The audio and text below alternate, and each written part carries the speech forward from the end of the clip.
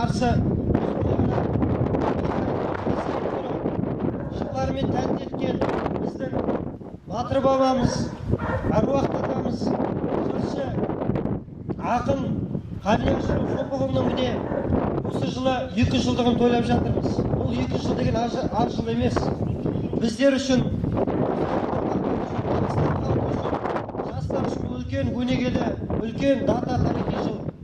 Біз Қалекеңді атамызды таныту мақсатында үлкен комиссия құрылып, оның жұмыстарымен барлық мәселесін уақытында дұрыс атқара білдік деп ойлаймыз. Яғни осы жылы біздің орталығының төрінде осылардың ұйымдастырған үлкен шарасында біз Қалекеңді сонау Тәжік жерінен, Қисар қаласынан өзінің денесін Маңғыстауға әкелу салтанатын үлкен деңгейде алып шықтық деп ойлаймыз. Сонымен қоса 2 жылдығына арнап Қанияз едім күнінде дейтін өзінің жырлар топтамасын